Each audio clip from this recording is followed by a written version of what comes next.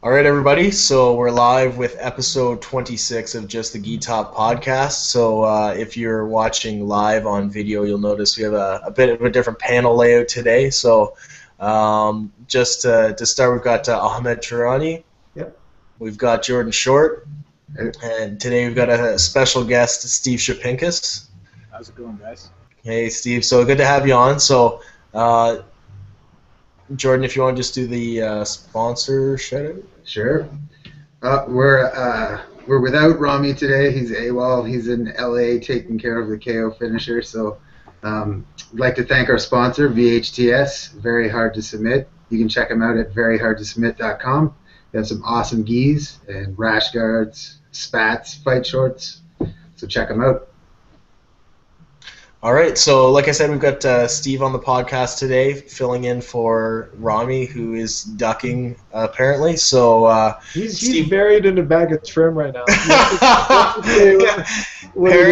His Periscope is currently down. So Steve, maybe you could introduce yourself. Just tell us about yourself a little bit. Yeah, sure. Name's Steve Shapinkas, 24 years old, born and raised in Scarborough, Ontario, which I rep fully. And I've been doing jiu-jitsu for just over 4 years now. I started at Salvosa BJJ, and I currently train under Green Jiu-Jitsu / Checkmat Canada. Awesome, Steve. So, Steve, now for you guys who don't know, we're not really here to necessarily interview. Okay, we're going to ask Steve a lot of questions as well. But this is something a little interesting. What we're doing is, if you guys have noticed, we've gone, international, local. Like we alternate because it's really tough. You can't get international all the time. You know what I mean? So we want to pay back to the community. So we'd like to get some. Well, okay, that sounds kind of corny. I don't really want to get back to the community. You know, I love the community, Ahmed. Yeah, It's I'm not actually- They're the Make-A-Wish Foundation. Yeah, I'm not like Adam's all about it. Like I remember when Adam was nursing an injury, he broke his leg going for a takedown or something, and I'd follow him on Instagram about him doing kettles and all this kind of shit or whatever, and trying to get in shape, which is cool. And then he's like, "Oh, I really love the community," and he was taking photos of girls submitting each other. Do you remember that,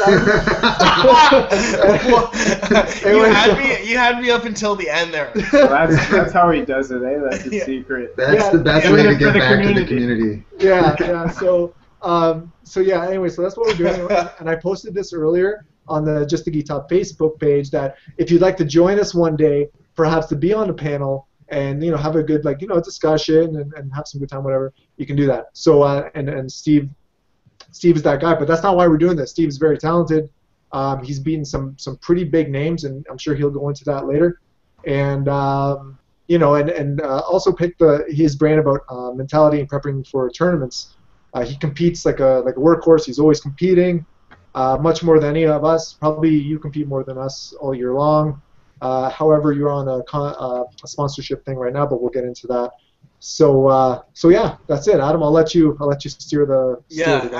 I think when we talked about topic for the podcast, there's been I've been having a fair bit of discussions lately with people about why they compete.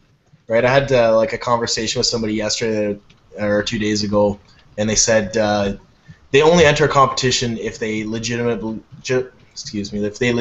believe they can win. So I'm just wondering from you guys, what's your mindset going into a competition? If you don't think you can win, is that the only point of entering the competition, or is it to better yourself, beat yourself? I know for me at white belt, I had really, really bad nerves, and I would just totally blank out in competition. So that's why I competed so much at white belt. But just wondering what you guys think.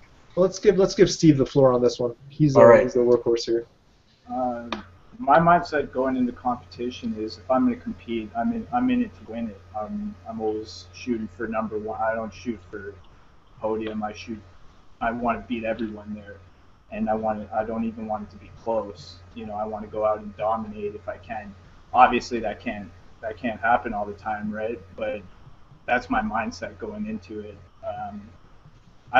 I like competing, so I find it fun, and I think it helps my game overall.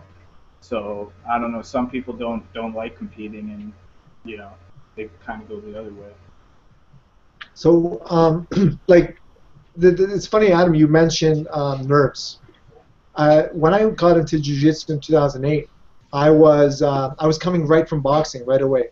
All right, so and then hold on 1 second. We got Rami. We got Rami here. This is the unpredictability alive right here. Can you hear us, Rami? He's just sitting there smiling. He's not even saying anything. I definitely need to get like audio headphones or something. We're live on the bus with Rami. Where are you right now, Rami? I'm like still on the plane right now. Oh wow, you're on the airplane? What's that? You're like in flight, you mean, or? Yeah. Okay. Should we just continue? I don't know. All right, let's just keep going. Okay, no. So anyway, like I said, really quick. I never understood the nerves in jiu-jitsu. Honestly, I thought people who had nerves before a jiu-jitsu match were pussies. I agree. Yeah, I mean, like I said, I was coming from boxing, and before a fight and that, I was generally scared. I was scared to death, right? Like, so many things can happen. And then when I go to my first jiu-jitsu tournament, I see guys shaking, and some guy was vomiting, and I'm like, what the fuck's going on, right? So why do I compete now is to get better. I honestly, if you're just a scrape who's like in club and doesn't compete, you're not going to get any better, and you won't, because you do amazing in the club, and then you go out and compete, you get wrecked. So that's probably why I do it.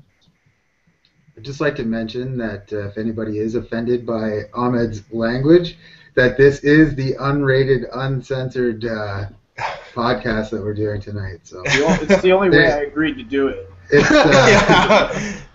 Ahmed actually has a quota for curse words. So yeah, Steve demanded it be raw tonight. So you can send all of your comments directly to Steve.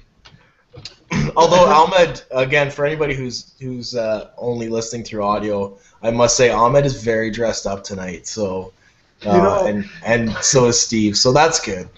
No, Ahmed was at a party for kids, so of course he's gonna be dressed. I was at a little kid's birthday party just now, so I just got here. Anyway, that's neither here nor there.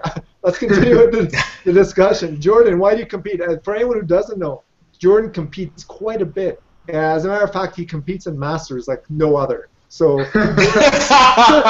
Jordan played, and you know what's funny? Jordan was barely 30. He was barely 30. He's like, I'm doing Masters, and he's on a tear since then. You know what I mean? And a lot of people, they don't respect Masters. I don't respect it at all. I don't respect it. I've said it. I've said, you know what? Like a gold medal in Masters is equivalent to like, I don't know, one and done in adult. That's just me. So anyway, go ahead, Jordan. My real reason for competing in Masters though is because I don't think I take competing as seriously as a lot of people that do compete. I don't. But Jordan, you're at every tournament. Yeah, but I do it. I don't do it because I'm trying to be a world champion. I do it because I enjoy competing. I go out there and I have fun, and I would rather do that than put extra focus and pressure on me to be champion. I mean, it's not that important to me. Okay. So I think you could do well at adult, Jordan. I don't think I would do terrible. It's not as important to me to be adult champion and go to worlds and things like that. Sure, it would be fun. I'm not bad, but I don't get an opportunity to train as much as some of these guys do either, right? Well, that leads to another question, and Steve, this one goes to you. Thoughts on people who train full-time? Because from what I understand, you don't train necessarily full-time. You do hold down a job, you know what I mean, to pay your bills and your fees and all that kind of stuff. But what are your thoughts on that?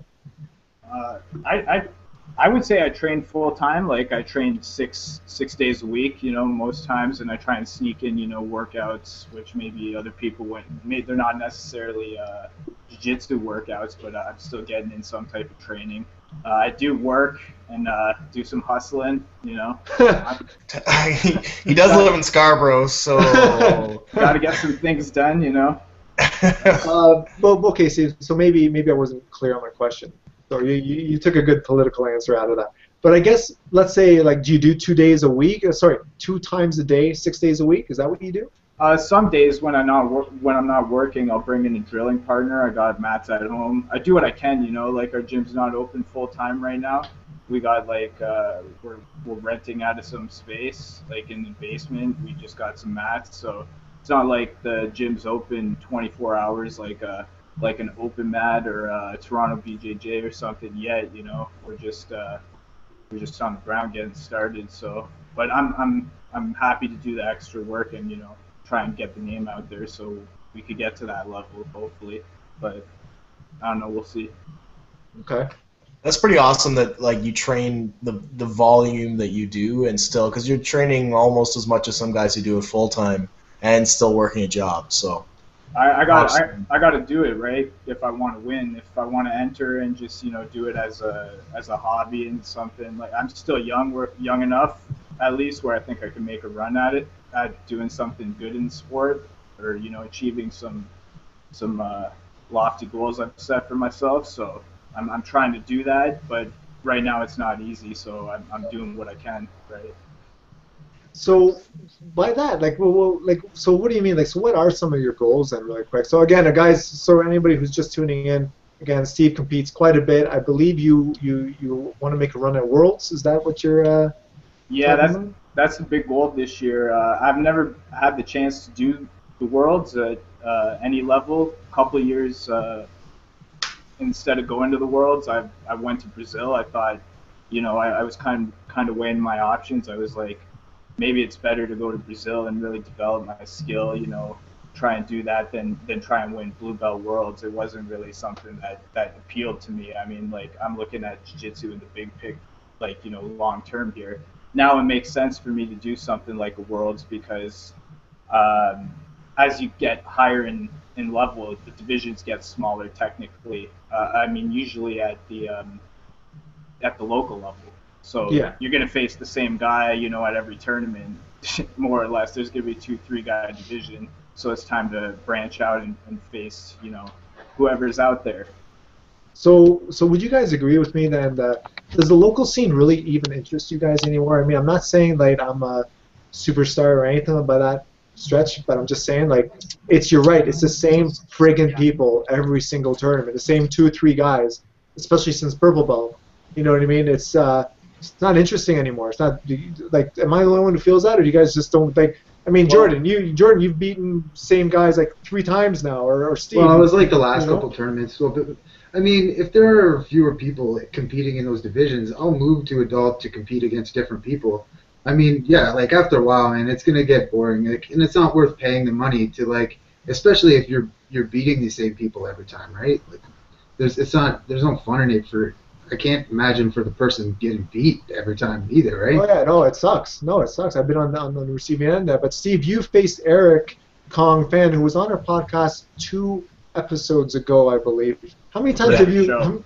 Terrific show. I thought it was fantastic. Oh yeah, no, thank you for that. That was awesome. We went over our 40 minutes there, so I have to cut it. But anyway, yeah. Did that sound sarcastic? Yeah, I didn't mean it to come out like that. I thought it was a fantastic show. So here we go. This is what Steve's. This is why I brought him on. Steve, you faced him how many times now, please? I believe 3 times. And out of the 3, like, how did it go? I think I've refed one of your matches with him, but I've never seen anything else.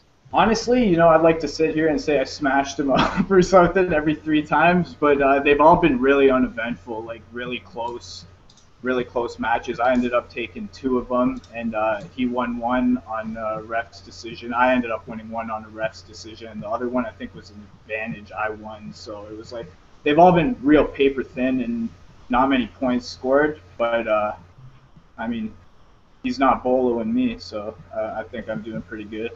So we have a Euro champion. We have Steve Shapinkas, who hasn't really had the opportunity to travel or compete at the international level. I don't think you guys are going to get a chance to face each other anytime soon, man, because he's trying to Grand Slam. He's going to focus more on, you know, the big tournaments now. What does that like do for you? Like, for example, if I knew somebody who's a world champion and I've beaten them and they're a champ now, like, and I'll never probably face them again, like, how's that? That must burn you, man. Not really, man. I'm like it to a certain extent. I see what you're saying, and I get it. It does get at me because like I see his success, and whenever you beat someone with that success, it's always that what if scenario. You know, like I was really trying to get the funds to go to Portugal. I'm half Portuguese for the Europeans, and I'm not gonna lie, it stung a bit when he won, but I'm not hating on him. You know, I'd rather see him win than some Joe Schmo I don't know, to be honest, because if I'm doing good against him, at least that kind of gives me a rough idea of where I'm at. Okay. What about, are you open to any super fight? I'm open to anything, man. I'm looking to get out there and do what I like to do and do what I want to do. That sort of brings us to our next topic of the Just the Gi Top Invitational coming up. Well, you know what? We could set up a super fight, though. Yeah, but these guys want money, man. Like, well, like they won't do it for free. Well, that's the thing, man. That's why we have a barbecue, and then we. Okay. So I'm gonna go on to that because you brought it up.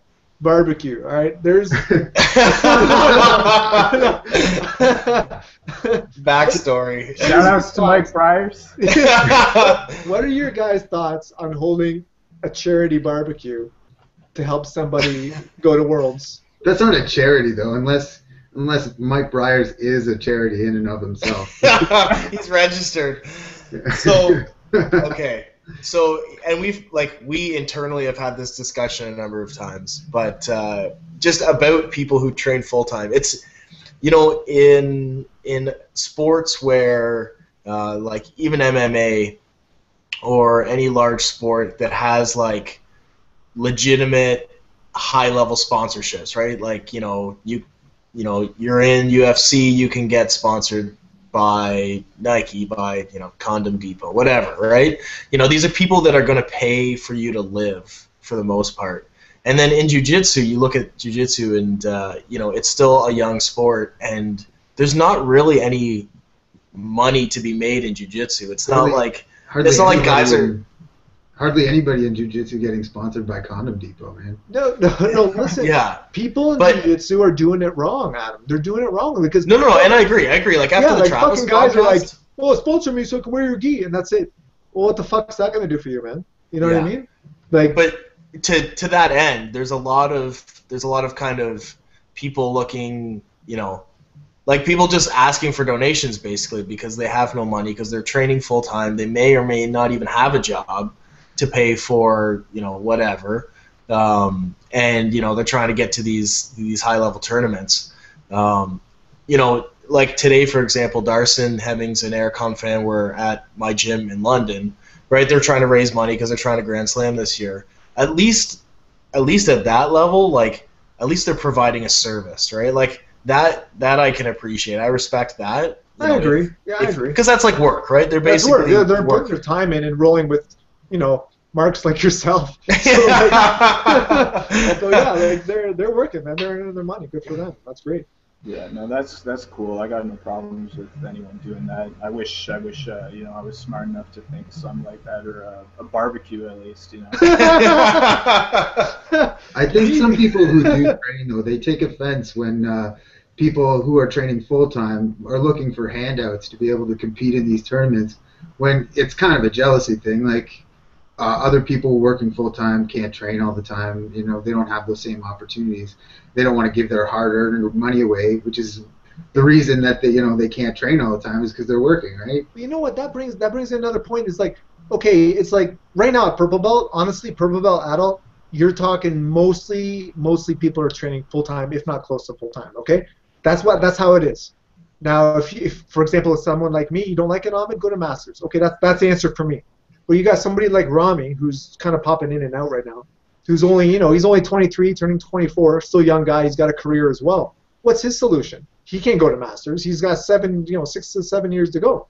So then, so what does he do? Not compete anymore? So purple and brown and black it's almost like we need a certain division for just full-time people. You know what I mean? Like on the honor system. Yeah, I'm full-time, I'll do it. But you know what I mean? We don't have a level playing field. It's because he does all right, though. Rami, he's been doing, like, considering he's carrying a heavy load. Like, I see, I don't know too much, but I see he's been, especially since he's got to purple belt, he's been doing pretty good. Yeah, no, I was just using his age as an example, but yeah, no, you're right. It does happen. And there's other names like there's someone out in Winnipeg, his name Daniel Cobb, I believe, who's like a phenom. He only trains like 3 days a week. Or there's somebody that trains at Helps, for example, who's doing amazing as well. He popped Nick Green. Nick Green, shout out if you're watching that. He's 31 years old. He does amazing in the tournament scene. Trains like 2 to 3 times a week. So Nick got second at the San Fran Open, right? Yeah. So you have your exceptions. You know what I mean? But it's because there's no pro segment in the sport. That's why, right? It's 100% amateur sport, right? Even at the highest level, right? You've got some tournaments that give cash to winners, but it's an amateur sport, right? So if you had like a pro segment of the sport that it's just not big enough to support it. But that would be the division essentially that you're looking for there on that.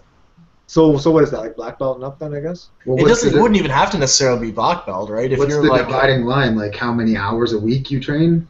I don't know. Like I said, in boxing, they look at how many fights you've had. So if you've had under 10, you're amateur. Over 10, they put you in a different level. Still amateur, but the rules change. Now instead of like a 3-minute rounds or whatever, it's going to be like, still 3 minutes rounds, but more rounds or something. So there was always like that distinction. But jiu-jitsu doesn't. Well, look at MMA for example, right? You can have amateur fights, but essentially as soon as you're getting paid to fight, yeah, but MMA is different though because you have an agent who looks for a fight for you. They're not going to match up me, who's 0-0, versus a guy who's had 17 fights, right? Like your agent takes care of you. No, but if you had, if they've seen you training at all, Ahmed. Yeah, have they seen you in this shirt that you're wearing today? Okay. It's not. It wouldn't be like an individual matchup thing, right? It might be, there's a segment of tournaments for people who are pro that have cash payouts because that's the highest level at wherever, right?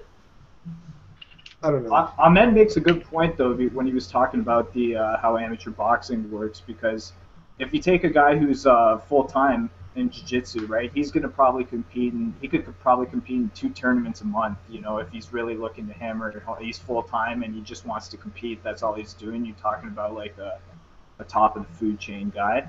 That experience adds up. You might be a purple belt, but when you got 50, 60 matches in that purple belt versus a guy who competes, maybe 3 times a year and he's going one and done most of the time. Yeah. There's quite a discrepancy in the actual, skill of competing, because competing is a skill in itself. I competed like 14 times a year at white belt, and I'm still really terrible. You can tell those people at tournaments who are seasoned, they've been there. They're not sitting on the sidelines like freaking out and like have their heart rate way up, like waiting an hour before a match, right? There's guys that are sleeping on the sides, and like they've been there. They know like how to keep calm and things like that. It doesn't competing doesn't bother them nearly as much. I think in a lot of cases, anyways. Yeah, and it wasn't like competing never really bothered me, but I just remember tournaments like. There was one Grappling Industries tournament. I remember like slap hands with the guy in your first match, and I just remember thinking like, "What the fuck am I doing here? Like, I really don't even want to be here right now." Like as the guy's like getting ready to toss me across the mats, right? It's just that's what I was trying to get past, is just getting in a consistent headspace where I'm like focused.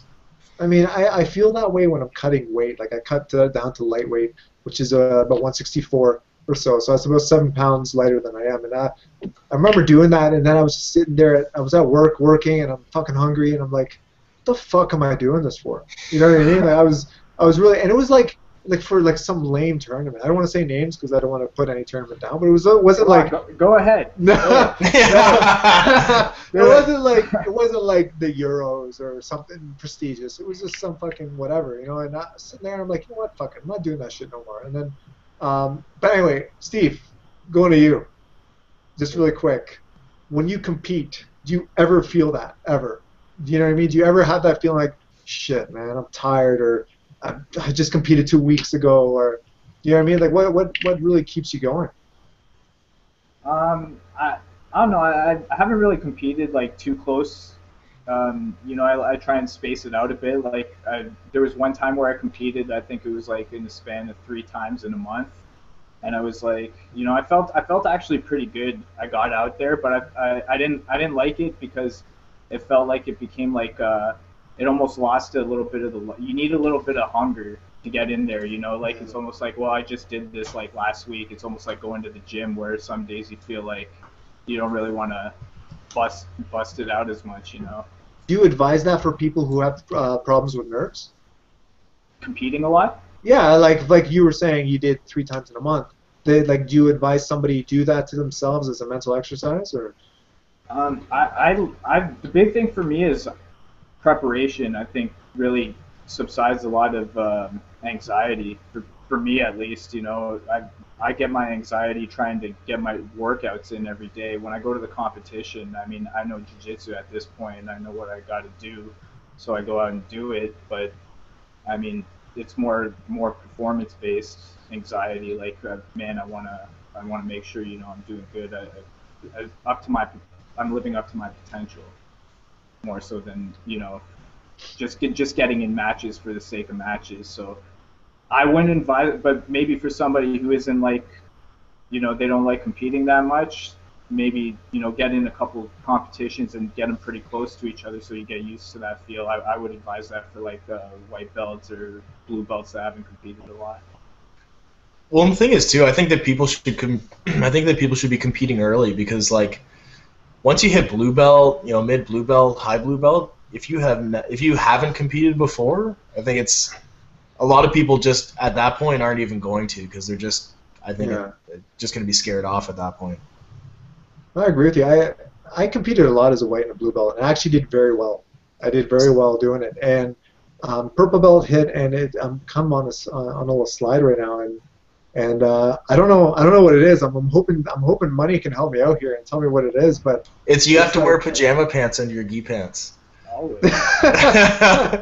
No, but like I don't know, like the level here in Ontario, especially near Toronto or whatever, it's like I said, a lot of full-time guys are really good. And just never mind full-time, but the people are just really good, right? And I don't know, and I think that breaks me mentally is because I know that they win all the time. I'm weak. I'm a mark. You're a weak mark. I'm a mark. That's what it is. You know? And so that's why I'd love to just go compete somewhere else, but I don't know who the hell they are. Like afterwards, if I win or lose, they would have told me, oh, he was the #1 in the world or something, and then I wouldn't know that. You know what I mean? I try to blank it all out. But it's funny though because like Ahmed rolls with a lot of intensity. Like even if it's just like a friendly roll in the gym, like you think I don't. It feels like a fight. Like it doesn't. Like, no, it yeah, it does too. Yeah, I roll with him all the time. It's like, always a fight. It's like you're fighting for your life. Like he's just, you know, he doesn't care if it's your sternum or your throat. He'll put his knee on it. You know, he's coming at you.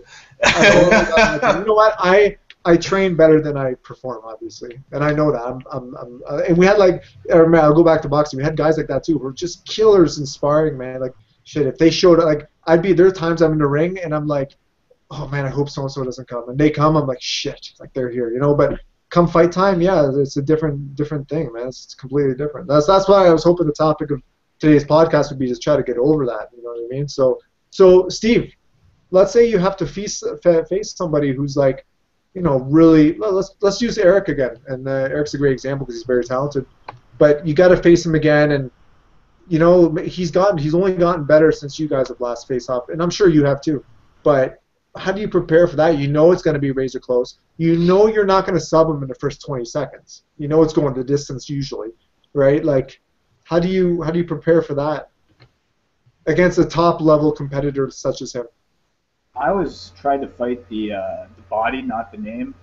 My competition mindset is I'm going to go out there, I'm going to be present, I'm going to try and be alert, I'm going to try and react, I'm put in the training, so I know where I'm going to feel comfortable and where I'm not going to feel comfortable, like places I don't want to be. At that point, with a guy like Eric, you probably replayed the match in your head about 1,000 times thinking about all the different ways it could go because using him as a specific example, he's a smaller guy who likes to scramble a lot, so really when you take in all the variables that could happen in a match like that, you can't really set out set game plan and be like, well, I'm going to do this and I'm going to do. You just got to be able to adapt on the fly and fight the body. I don't look at him like some golden boy superstar that maybe some people around here might look at him and lose before they even step up on the mat. That's not my mindset. That's my mindset exactly. Well, you hit it right on. That's amazing. It's true though, man. Like, go ahead. Okay, I was just gonna say, like, you watch Steve compete, and because the first time I ever met Steve, Ahmed was reffing his division. I think I was still in my cast. Like, I think my leg was still broken then, and I was working a table, and Steve was the only guy in like the blue under 145 division that wasn't like playing the Berimbolo game. He was like really nice top passing game, but the funny thing about Steve is he looks like he doesn't even want to be there. Like, Ahmed goes to raise his hand at the end of the match, and he's already walking off the mats. Like, he just seems so unimpressed with the whole experience. Yeah, he doesn't want to be there. Like, I'm like, and the winner is, and he's running away. And there's an awesome picture on Facebook of Ahmed raising his hand as Steve's walking away. Yeah, why do you do that? What's the mental reason for that? I don't want to give away all my secrets, but you can tell. You can tell in the podcast. No, definitely. Yeah, like nobody listens to this podcast anyways, so don't worry about it. No, that's totally gamesmanship, 100%. I like playing the mental game because I know, like you said, people are mentally weak, and if I could get at you there before you're and live in your head a little bit. Like, if a guy's watching my division and he sees me stroll through a guy and I don't even look like I want to be there, like I just rolled out of bed, what's that guy going to think when he's got to face me next? He's probably not going to be thinking too good about himself. So that's 100% gamesmanship. I gotta start doing that. I'm like gonna cry. I'll bawl at the end of a match or something like that, and just like they'll think I'm unstable. I like that. That's. No, yeah. You gotta practice those judo throw entries on the warm up mats more fluidly, Ahmed. I have done that where I'm like on the side there, like doing practice doubles and stuff. Like, I have done that. Because everybody knows that's what Ahmed's gonna do first. He's either gonna try and throw you, he's gonna try and take you down with a double. He's certainly not gonna pull guard. We already know that. Unless you're Henry Gracie, right? Oh man, that guy. I got nothing against him, man. He's awesome. Can you guys see this? Can you see this picture? Not yet. Oh. It's not working? I can see it in. Oh, here it is. I see it now. Okay, yeah. So this is Ahmed holding up Steve's hand as Steve's trying to run off the mats. Yeah. It's a really nice beard. Yeah, Steve looks completely different every tournament. He's like shaved head, giant beard, no beard, crazy hair. Like, the many faces of Steve. Like, people don't know who he is. Like, I don't know, man. You're almost a personality in itself now. Like, you're like a heel, a true heel. Nobody knows that they're competing against the same guy every time. Yeah. You know what's a funny story is actually in Montreal, the time I lost to Eric. I go up to him after the thing and like I look completely different. I'm like, oh yeah, I was talking about the lot. He's like, yeah, you had like long hair and a like crazy beard, right? And like I look completely different. I was like, yeah, okay. That's what I had. Steve, that was hilarious. You gotta tell that again. You could shave off those eyebrows next time, and you'd look completely different again. Hey, let's talk about some of your sponsorships, Steve. I know at the end usually we do shout-outs and stuff, but a guy who's training almost full-time as much as yourself, I think maybe some people out there would be interested in some of the sponsorships you have, and if you could go into some of the specifics and how you approach them, maybe that would help out some other people who aren't old like us, you know what I mean? So if you don't mind, if you're okay with that, but you told us you're an open book, so no problem. The first sponsor that ever came up to me was actually, it was a complete surprise, was the end of the year I got a gym sponsorship, which is, Chris basically gave me big shout out to Chris Greenwood. I mean, that guy's done wonders from my game. I don't want to get into shout outs too much right now, but yeah, no, seriously, he's so he hooked me up with some gear for the year, so gis, stuff like that, everything's taken care of. Grappling Industries, David Guzzi came up to me, approached me online. We've always talked at tournaments and stuff, and he's liked what I brought to the table, so he approached me with a sponsorship for you know, that basically gives me free tournaments. It gave me opportunity like the super fight I just had with Gabe. So, and then I just locked up a sponsorship. I work at Straight Poker Supplies. That's the place I work at. And they said that, you know, they'd give me a cash sponsorship to put a patch on my gi, and we came to agreement on a sum, and they said they'd help me out, you know, if I wanted to go to tournaments and stuff too, financially. And you know, I was short on cash. They'd help me out if I wanted to get to certain things. So big shout out to those guys too. So They're is that monthly? Is that a monthly like fee you get there for the patches? No, right now it's a flat rate because like my schedule is really flexible. Like I don't know what tournament I'm gonna, like I don't have the year planned out. Like okay, I'm gonna hit this, and this up. So like the money they gave me up front, I put it towards my Worlds campaign because that's the big thing right now. But like they said after that too, like if I wanted to go hit up any tournaments that are big and not local, they'd help me out. So they're really cool. That's awesome. I mean, I think that's kind of what, you know, if for anybody who listened to the Travis podcast, the Travis Stevens podcast, that's kind of what he was talking about. Check that out. And anybody who's interested in sponsorships should definitely listen to that podcast, because that's kind of where he talks about how jiu-jitsu guys are selling themselves short by taking sponsorships. Like people will literally just take a sponsorship just to say that they're sponsored. Yeah. Like send me a patch and I'll say I'm sponsored by you, and that's it. Like what's the point of that, right? But you know, you have somebody that's going to help you out paying for travel costs or help you pay for registrations for tournaments. Like that's stuff that you can actually use, right? No, definitely, yeah. That's the stuff I look forward to, and a lot of thing with sponsorships too. I mean, like, I'm a loyal person. I want people who have been there, and I know that aren't, you know, trying to screw me over in any way. I know a lot of bad things have been said about David Guzzi in the community, but I've had nothing but a great working relationship with him so far. He's treated me great, and I think we're on the same page. So as long as you're on the same page with your spot, a lot of times, like you said, people are taking sponsorships. Well, what are they doing for you? What are they really doing for you? And you know, what are you bringing to the table? Like, how many times do you see like, I'm not going to knock because, you know, I'd take a show you roll sponsorship in a heartbeat, but like every tournament you see now, it's a show you roll sponsored fighter against a show you roll sponsored fighter, like all the time. For me, I don't want my competition sponsored by the same sponsor as me. I want my sponsor looking out for me, and you know, if you're sponsored by someone else, you're the enemy. It's like being on different teams. That's a good point. That's a good point. Okay, so here's a question about sponsorships. All right, so right now everything's going good with you, and we'll use David Aguzzi as an example, who's a promoter here in Toronto. We'll use him as an example here for you.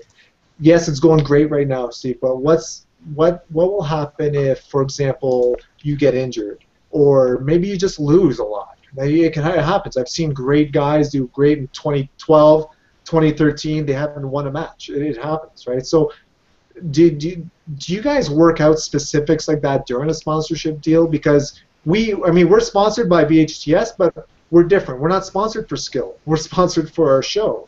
You know, which is shocking. It's shocking that anybody would sponsor us for anything. It's absolutely terrifying. But for somebody whose body is on the line, such as yours, is there any stipulations? Like, I know some guys say, hey, look, if you don't podium, I don't know, 2 times in a row or something, you're gone.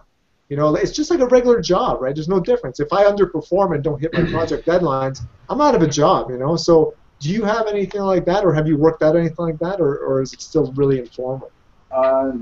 No, there was nothing. We have a contract, but there was nothing. There was nothing like performance based about it. Any incentive? It's more so of like representing the brand, things like that. You know. Okay. All right. No, that you know, that's good. I mean, if that happens, it happens, right? But that was my big question, because I never knew if anyone had a clause. It must be like it's kind of hard to do that type of sponsorship too, because me as a competitor, that's the last thing I want to think about is, you know, taking losses. Somebody comes to me like, if you I hear what you're saying. I understand what you're saying, because like it'd be smart to incorporate that, like from my perspective, you know, like I should probably do something like that or look at it that way, but you really don't want it to, and I'm sure David as a promoter, he probably doesn't want to put that into the heads of his guys, but I don't know, I can't really speak for him, so. But I think all this being said, once we get our Just a Gi Top patches, if anybody would like to be to say that they're sponsored just to wear our patch, that would be fantastic. Hey, listen. You just send us $15 and we'll send you a patch and you can say you're sponsored by us. Listen, I'm telling you right now, if we had a revenue stream, if we had one, which we don't, but if we did, we would definitely put it back into like sponsoring people. Seriously, I would totally do it. People who I felt or we felt, you know, deserved it or whatever. You know what I mean? Yeah, I mean, really, we make $0 doing it. Literally, we make less than $0. Yeah, like, there are some small costs, so yeah, we're in the red right now, but yeah, we're really thinking about maybe making some money someday. If we do set up that PayPal account for donations, we'll let you guys know. We should totally do that. That's the thing. But well, actually, it's funny that you mentioned sponsorships, Ahmed, because do tell. As it so happens, we do have a sponsor this week. No way, we're doing this again? Yeah, I got a sponsor this week. Who do we have? Well, it's a good question, isn't it? So this week, our sponsor is JujitsuMingle.com. Okay. So, are you spending all your time on the mats? Is your jiu-jitsu life coming in the way of your love life? Are you feeling like a champ in competition but keep getting knocked out of the dating world in the first round? Well, then Jiu-Jitsu Mingle is for you. Create a profile, add your rank, and within minutes you'll find yourself connected to other single jiu-jitsu practitioners and fans of the sport. Jiu-Jitsu Mingle, submit to love. And as it turns out, Ahmed, we actually have a special testimonial from a user of Jiu-Jitsu. Oh, shit. Okay. Wow. All right. So take it away, Steve. I can't believe it, boys. I was surprised. I didn't know this was sponsor of the week. Adam completely set me up. I didn't know what was going on. I had no part to do with this, Ahmed. I'm telling you. Just read it. Just read the line, Steve. I lost the script. I'm going to have to improvise here a little bit. But actually, no, I didn't even know what was going on because Ahmed and me were talking before, and he said he was going to actually sponsor the date that me and Ada were supposed to go on. What? Yeah, so when she comes back. Yeah, we were talking 100%. We were talking. You're going to lie on air in front of all those people? Okay, so when you come back, Dave's totally on your brother, you know, so wherever you want to go, no problem. We're going to have a good time. So through JujitsuMingle.com. JujitsuMingle.com. So for anybody who's watching and doesn't know us, this picture, as you can see here, which has not been photoshopped at all, it's a picture of Steve Shapinkas with Ahmed's sister. Nice scarf, Steve. That's awesome. Taking fashion tips from Big Bro over there, you know. It sort of almost looks like Steve's face has been put on Ahmed's body. Almost, but not quite. Okay. All right. Yeah. That's good. Back to you, Ahmed. Well, yeah. I don't even know. What my sister's gonna say to that. I don't know. Maybe she's watching live. I don't know. But yeah. That's great, man. I'll pay for everything. I don't know. Okay, you know what? Let's switch it up. Let's switch it up here. All right, just off the top of my head, because I did not see this coming, and that's great. That's great. What are you guys' feelings on, just really quick, people who date other jiu-jitsu girls? Like, okay, so... Are we talking jiu-jitsu couples? Yeah. Jiu-jitsu couples. So, who train together and like spot each other or whatever, you know what I mean? Like And love each spot other. each other? right? whatever, you know what I mean? Like just drill together and stuff like that. Like I'll just open it up to the panel. Like I have my opinions, but I'll wait till you guys are all done. But Jiu-jitsu Steve- couples who drill and then they drill. no, but Steve, do you appreciate women who do jiu-jitsu? I guess that's the question. Do you respect them? Is the question, I guess? Because I do, but I'm asking you. Of course I do. I, Of course I do. No, I of course, like women have a place in jiu-jitsu. I don't think it's a big one. I'm being honest. It sounds bad, but I'm gonna be 100% honest. You know, like if you look at it, how many women do jiu-jitsu? What's the percentage? Oh shit! It's not It's a big a- market for women's jiu-jitsu. it's a yeah. I mean, it's a niche market within a niche market for sure, but it's growing. I mean, it's a segment that is. I growing. support it, you know, like in terms of I want to see, you know, them have opportunities and avenues, but I think it should be, you know, adjusted accordingly. So Okay. okay, getting back to jiu-jitsu couples. Yes. I mean, you kind of have a built-in training partner, so that's good if you have mats in your house, right? Yeah. So are you against jiu-jitsu couples, Ahmed? Well, like let me just say, because like I don't want to, like I love women and I support all rights. All right, so like don't, people are gonna say, oh, his name's Ahmed and he doesn't support this and whatever, and it's his culture and blah blah blah. No, it's not that at all. Like I know people will say that, but what I'm getting at is that I'm really watching my wording too, right? But like when I see it, it's like when I used to go to the gym, like to lift weights and shit, and you see girls there and they're working out with their boyfriend. I just thought it was pathetic. Like, is that sad? Like, it could be two guys. Like, hey, we're in 2014, and maybe they're lovers. I don't know.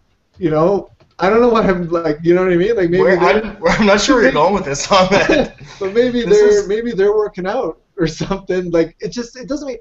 Look, a successful relationship, whether it's with the same sex or not, is only successful when you see each other very little. I truly believe that. Like I seriously do. Like people who work together and stuff like that, maybe in their same office, and never works out. Jiu-jitsu is the same. Jiu-jitsu to me is to unwind and kick it with my friends, my training partners. Maybe I go to open mats, have fun with new people. You know what I mean? Like it's like bringing sand to the beach. Okay, you've heard that saying? I feel like it's like you go into a fun place and you bring sand to the beach. It doesn't make sense to me. That's my What if opinion. you It were sounds like dating- an, what that if you were sounds like an dating a- Arab saying or something. Yeah. How do you say that in Arabic? I don't know. I'm not gonna. There's nothing to say. I'm just saying. It's just like there's a place and a time, and whether I like to knit or whatever it is, I'd rather just not do it with my significant other. That's all I'm But- saying. Not even. But at the knitting? same time, like at the same time, I can understand it, right? Because like when you talk to somebody, like when you talk to somebody who doesn't do jiu-jitsu, I actually don't talk to many people who don't do jiu-jitsu anymore because it's They don't annoying. understand you.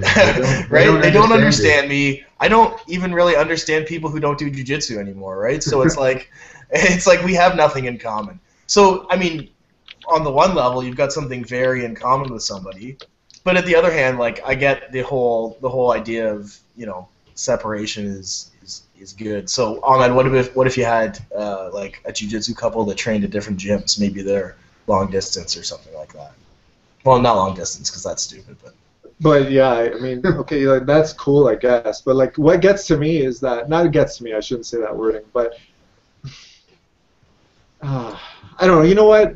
I don't want to say anymore. Let's just. No, hold on. We're on the same page that it's okay for gay couples to work out in the gym together. That's what we got from that, right? But not straight couples. That's the only thing that we've gotten from this. Okay. Gay couples are all right working out in the gym together, but not still- straight couples. No, I didn't say that. Any couple. Actually, you kind of did. Well, that's not what I meant. I meant any couple. It doesn't matter what you are. But like the point is that like I don't like it. I think it's weird, but some people do it right. Like I've seen some couples do it and they don't even look at each other. You know what I mean? Like that's awesome. But then I've seen on the flip That's awesome. yeah, but That's I've seen on the great. flip side of The best part about dating somebody is not looking at them.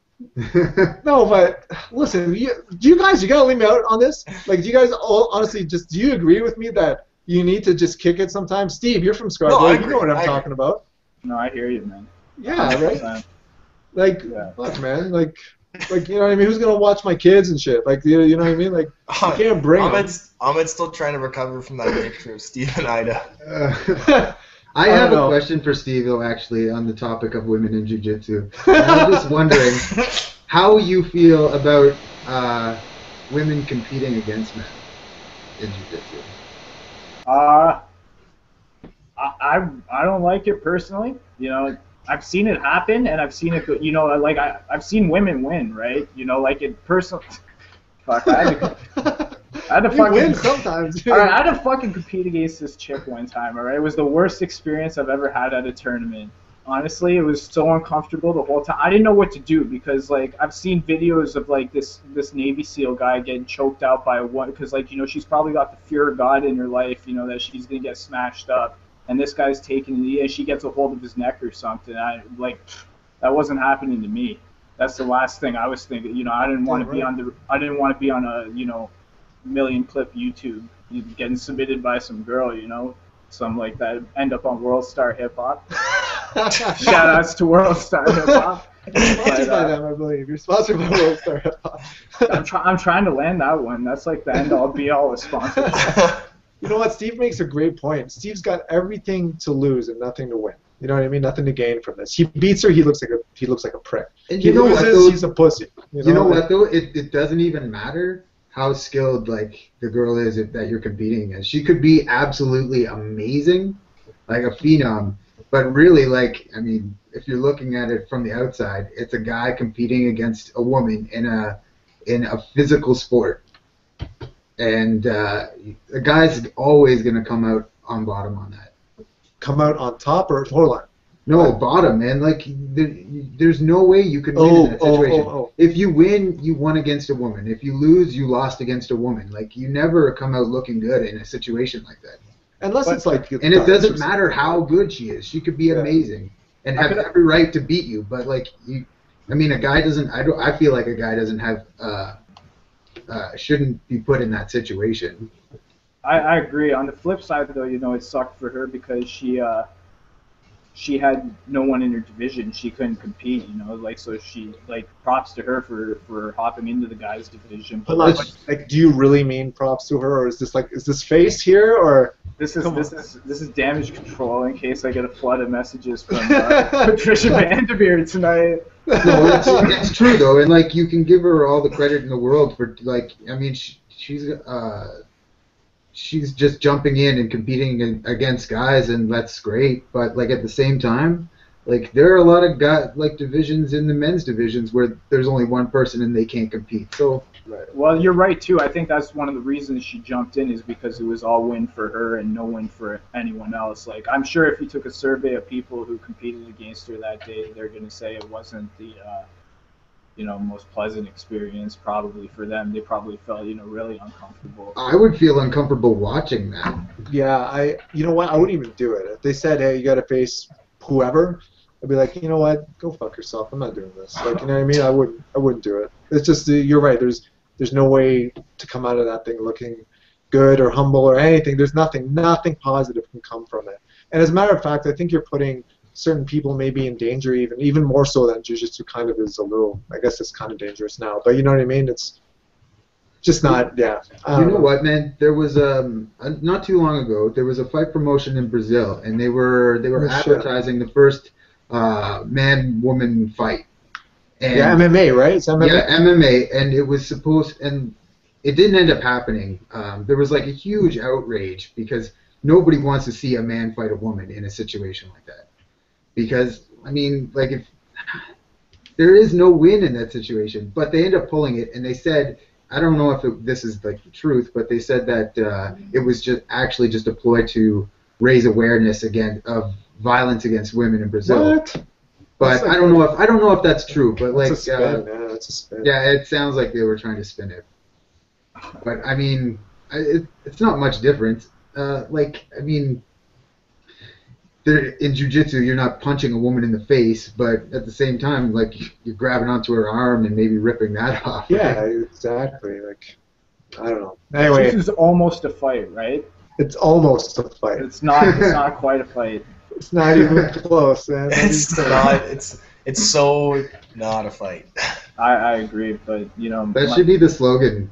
Jiu-jitsu. Jiu-jitsu, It's not quite a fight, but almost. It's funny because the term super fight, I believe, now this is totally Super match? Yeah, no, listen. In Portuguese, I believe, and Steve, you're half Portuguese. Maybe you can tell us, but super fight, if it's translated from Portuguese to English, isn't it just a literal thing? Is that why it sounds like it's fight rather than like maybe it means super match or something? Or Dude, I have no idea. okay. I don't speak Portuguese. Going down to Brazil was a nightmare, man. Trying to get some of those translations going on. Okay. All right. Well. So are we henceforth renaming them super matches? That's a super match to me, man. When people say fights, man, that's not a fight. I've said this before, and everyone hates Super it. BJJ fight. And a You lot have of to people specify that it's a BJJ fight. Unless Mike Byers refs, right? It's 100% a super fight. No, like it's just funny. I find people who say it's a fight have never been in a fight. That's I'm throwing it out there. I think that's why they say it. But anyway, that's neither here nor there. Guys, this is for real. We've been running for about an hour now, so we do need to cut. Has it been an hour? Yeah, it has. It has been. Okay, yeah, we should kind of wrap it up. But before we do, we'd like to give any shout outs. Opportunity for you, Steve, if you'd like to thank some sponsors, maybe some people you'd like to thank personally. Yeah, Go sure. for it. Shout out to my sponsors, Checkmat Canada / Greenwood Jiu-Jitsu, Chris and all the guys down there. They're so awesome. They helped me out so much. Guys like Neville, Sam, Frankie, Anthony. Man, there's so many killers down there. Brian Austin, all these guys that have really helped me step my game up. Grappling Industries, David Guzzi, big shout out to him. Thanks for giving me these opportunities. Straight Poker Supplies, they're awesome. Give a quick shout out to my boys, the Scarbros, my boy Lenny, Nick, Neville, and my boy Johnny, who just got signed by. He just got traded to the Hamilton Tiger Cats CFL, so big shout out to him. That's awesome. He's a stud. Yeah. I thought we were going to say shout out to so and so. He just got out of jail. I thought you were going to say that just got out of because like that's your crew, right? That's who you run with. Yeah, I'm back on the block. Yeah, Steve and I we used to run stuff back then, but no, that's great, man. I just want to show just a regular shout out to again our sponsor, again just the way we approach him. I just want to give him a little minute here.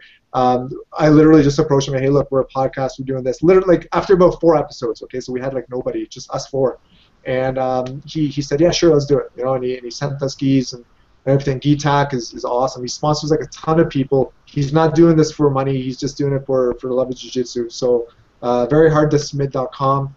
Check them out. They have a new Galaxy gi coming out. It looks pretty awesome. It's black with some like space shit in the back, and it's really cool. Like I said, that's the official description from the website. Yeah, black with space shit in the back. Yeah, if you have a slim body, like if you have like a good body, like I don't know, me and if your body is good and not terrible. Yeah, money over there is flexing. This really looks good on you for you slimmer guys. The other guys just get an A5 of Fuji if you want it or something. But shout outs to BJ. Yeah, big shout out to BJ as well. He's a local guy who competes. CP. Yeah, he competes probably at I think he competes more than he trains. He's at literally everything. So. And you probably see him at any IBJJF tournament. He's a big Indian guy, really big, probably the biggest one you've ever seen. So maybe the biggest one ever. Yeah. So he has some pro wrestling credentials, I think. The Jaguar. So if you see him, like I said, big Indian guy with a bald head. He's at every IBJJF tournament, right? He's a sweetheart too. Go talk to him. He's awesome. He's good people. So. Need any accounting done? Yeah. I'm gonna plug him. I want to plug him here. He's got an accounting company, I believe. I don't know what it's called, but it's Hemmenschall and like Golden and Goldberg. Hemmenschall and Goldberg. You're in Canada. If you need taxes, it's tax season. Pay your taxes. So check them out. That's a free one. Which is funny BJ. because like nobody in BJJ pays taxes or makes it up. Yeah. So, like VJ said, like BJJers out there, go upstairs and tell your parents too. So. Get your parents permission. I don't know. Like, don't make Yeah, just do your taxes. Man. You guys, I know you guys are getting cash backs and kickbacks and shit like that. You know, pay your taxes. So that's it. That's it. Undeclared income from undeclared income. Yeah, you gotta pay that shit. I know, but Steve, do you pay taxes for your jiu-jitsu? Not for jiu-jitsu. I pay taxes. I do. You know, I went to business school. You know, I got that street education. And I got that regular one too. Shout out to all our friends in Revenue Canada as well. If you're listening. So, but yeah, we're actually getting messages like live here from people saying not to stop and keep going, but we gotta stop it, people. You know, we gotta stop. This is a great episode. Maybe Steve will replace Rami. Write us if you think Steve should replace Rami. Let us know. Rami's a beaut. I wish he was here. I know. He graced us with his face for a few moments from a plane. That was that. And then who podcasts from a plane? From parts unknown. Does. That's her. Yeah. Yeah, and then the TSA saw the Lebanese guy on the airplane on his phone, and he's currently receiving a full cavity search. No, you know, Steve. Before we do it, Steve and Adam brought this up. It's Adam's idea. Steve looks like every terrorist that plays in any movie with Arnold Schwarzenegger in it. Any movie. No, it's specifically Tom Clancy. I thought that Steve was from Azerbaijan and that he was like a Splinter Cell group terrorist. Perhaps. Yeah, man. Like you. Anyway, that's the Azerbaijan wrestling team. Fantastic. He's done a little modeling work for some of these games and movies. Hey, if the price is right, you know, I'll do anything. Okay. All right, so I think that's going to be a wrap. Adam, bring us home, man. Bring us home. All right. Well, thank you very much for tuning in. As Ahmed said, thank you very much to VHTS, veryhardtosubmit.com. Thank you very much to jujitsumingle.com. You know, go find that jiu-jitsu love on the mats. And but don't date anybody from your gym, because Ahmed won't respect you. God forbid. I will not respect you. I don't respect you. So just don't do it. But go to that website. It doesn't exist, but it maybe one day it will. And thank you very much to Steve Shapinkis for coming on, and his hair and his eyebrows. He's a very beautiful man. There you go. All right. That's a wrap. See you guys.